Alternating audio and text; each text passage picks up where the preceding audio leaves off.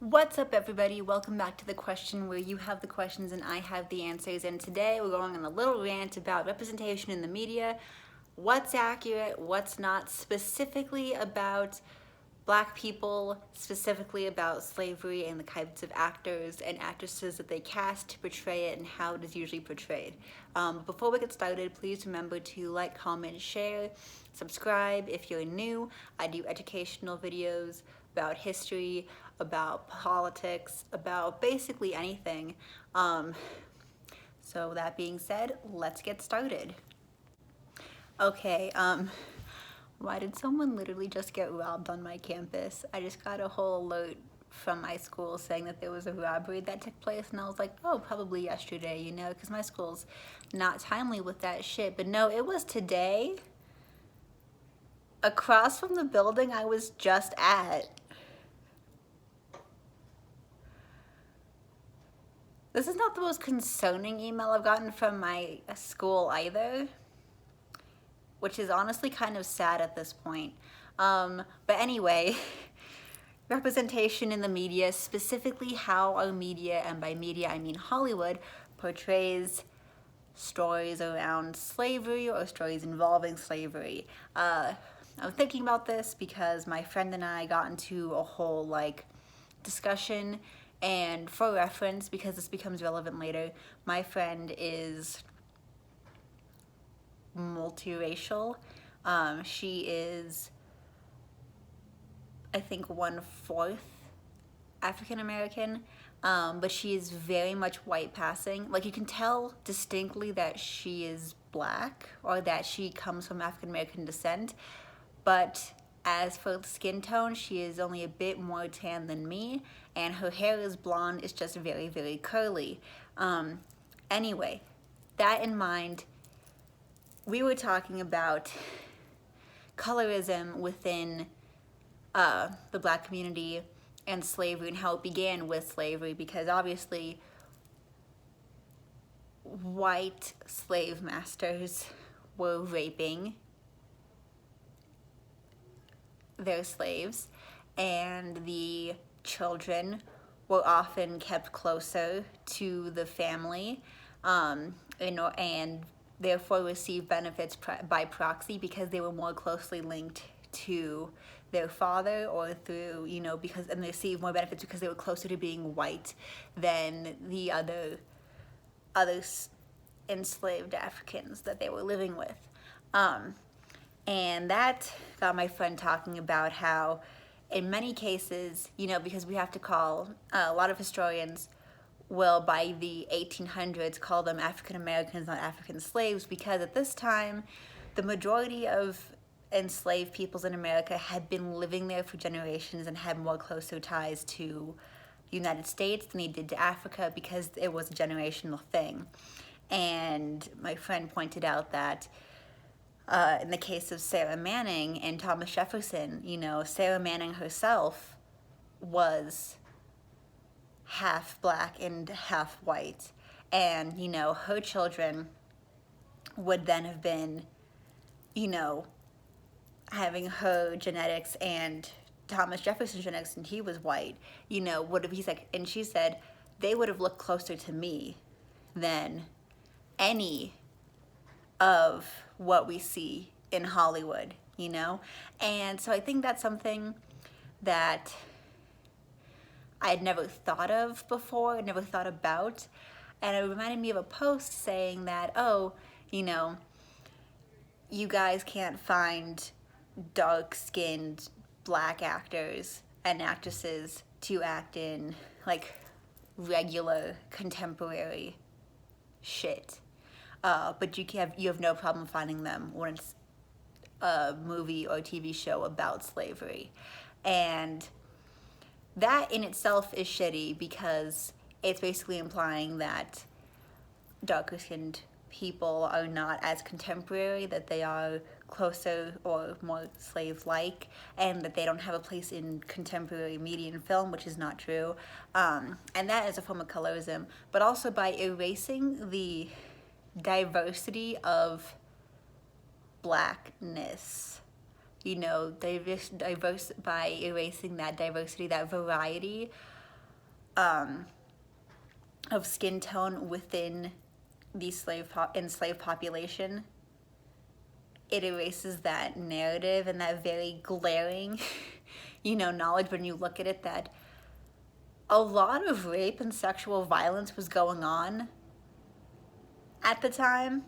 And I feel like we don't think about that, and we don't like to think about that, and we don't consider that a lot when we're watching these. When we think of historical accuracy, we think, oh, if they're coming directly from Africa, they're going to be very, very dark because they haven't intermingled with the race yet.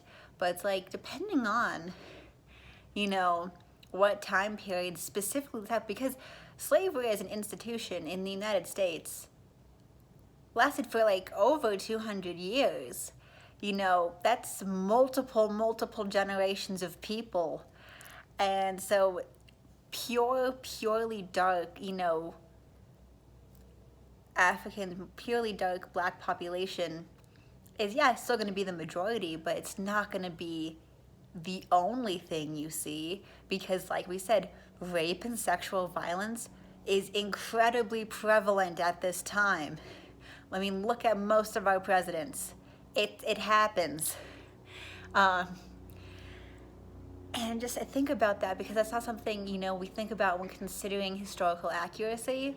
We never think that deep, and I feel like that's once again a failure of the education system to account for the fact that the culture here was not as simple as just, oh, we enslave these people, they work for us, and we tell them what to do, and occasionally we beat them and kill them.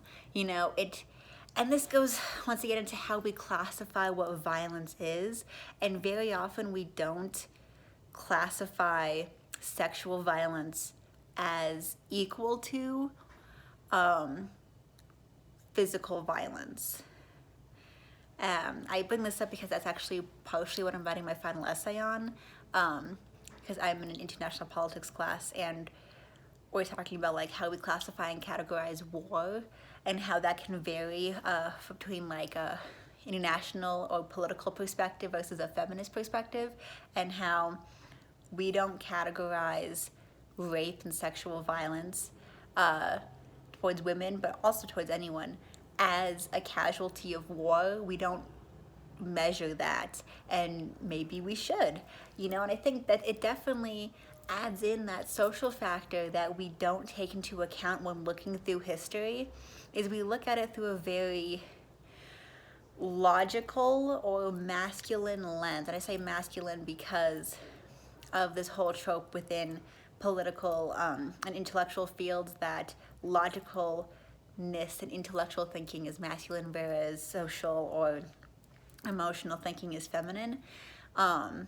Obviously, this is also a very gendered trope, but that's how it has been said. So for the sake of argument's sake, I'm going to be using those same terms, that we look at everything through a very logical, intellectual, masculine lens.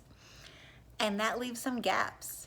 We look at the statistics of things, we never look at the social ramification of things. It's very easy to look at the black and white of, no pun intended, the black and white of slavery, of being, oh, we did this horrible thing, and there were people who were victims of it, and there were people who were the oppressors, but we never really look into specifically what that oppression looked like, what that culture looked like.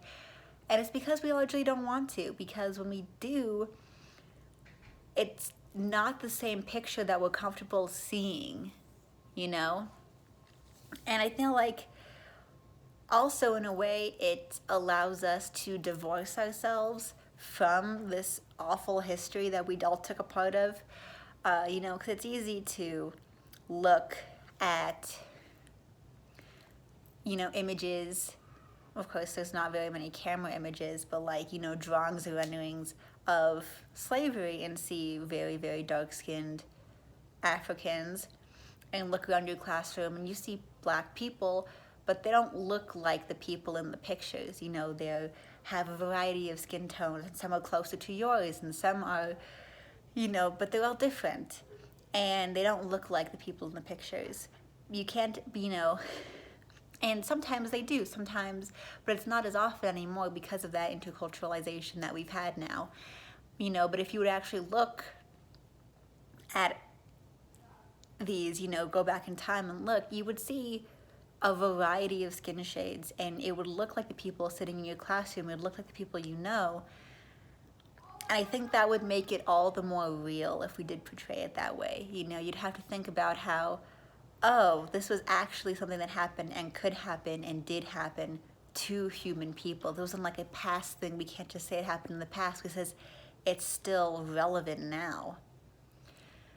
And I don't actually know what this has turned into, but I just never thought about how colorism plays into how we view our past and really what that tells us about the past and why we view it that way until now. And I thought that I should share it all with you guys because I like learning things and I like teaching it to you, and I like making you guys think about something because maybe you can teach it to other people, you know?